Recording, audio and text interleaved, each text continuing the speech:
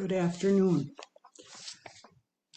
I'm going to continue from last time where I was talking about how people don't know what's going on in daycare. A lot of people would not know necessarily what's going on or what's not going on. The inspectors and so on, a lot of things could go on when they're not present. When I worked at Bessie Kitty College in Milwaukee, I and another woman were in charge of the 2- and 3-year-olds. The older woman expected the children to sit on the floor in a row while waiting to use the bathroom. Since it's natural for 2- to 3-year-olds to get up and run around at will, some of them did so.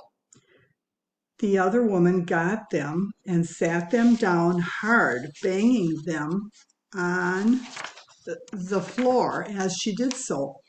They got the point and didn't get up anymore. At least one other worker, and probably more, hit the children when they misbehaved, when no one that mattered was looking. The children couldn't talk well enough to report this to their parents.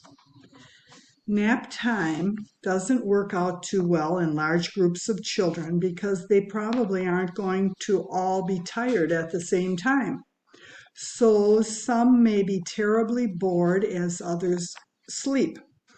They definitely would prefer and need to play or do something rather than lie down quietly.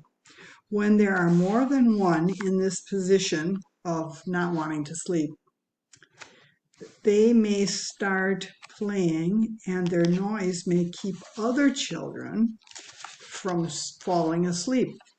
I heard of a study which pointed to naps at child care centers as the cause of an increase in sleeping disorders.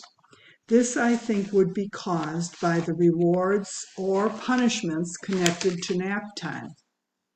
At Eyes on the Future in Chicago one time, when a girl wouldn't fall asleep and was away from her cot, the head teacher had her come over to her, and she eventually threw her a little onto the cot.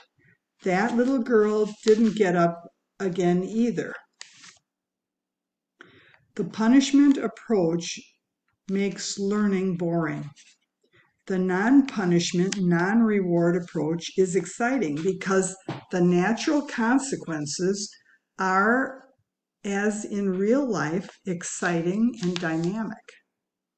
At El Centro del Niño in Milwaukee one time, I was trying to get the kids to take their naps on a bright, sunlit winter afternoon. One of the little boys, who was about 3 and was particularly aggressive, his mother had hit him. And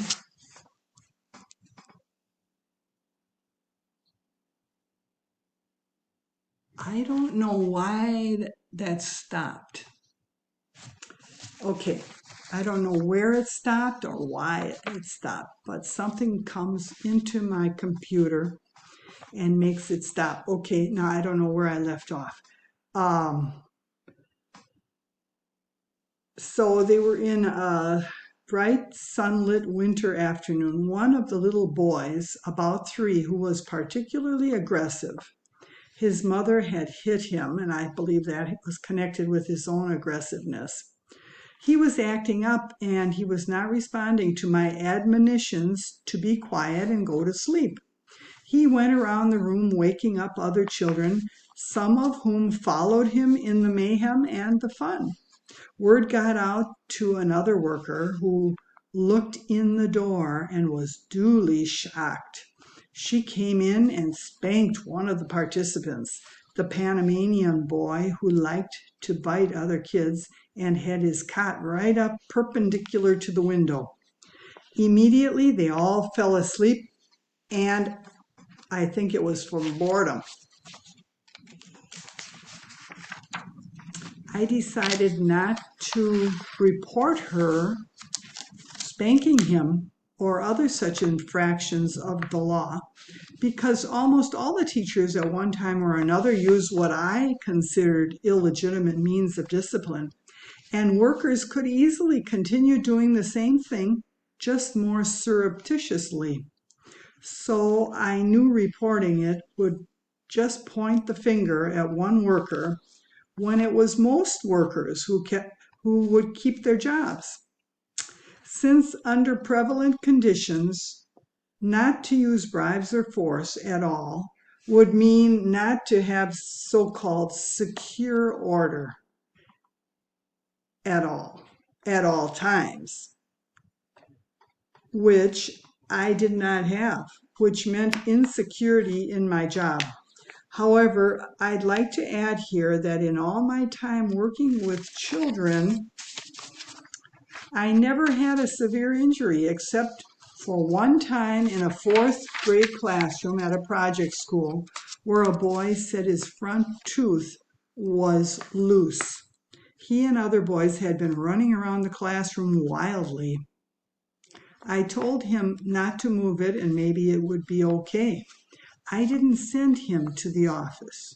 The office would have come down hard on who started the fight, etc., he must be punished, etc., and they would not really have done anything for his tooth.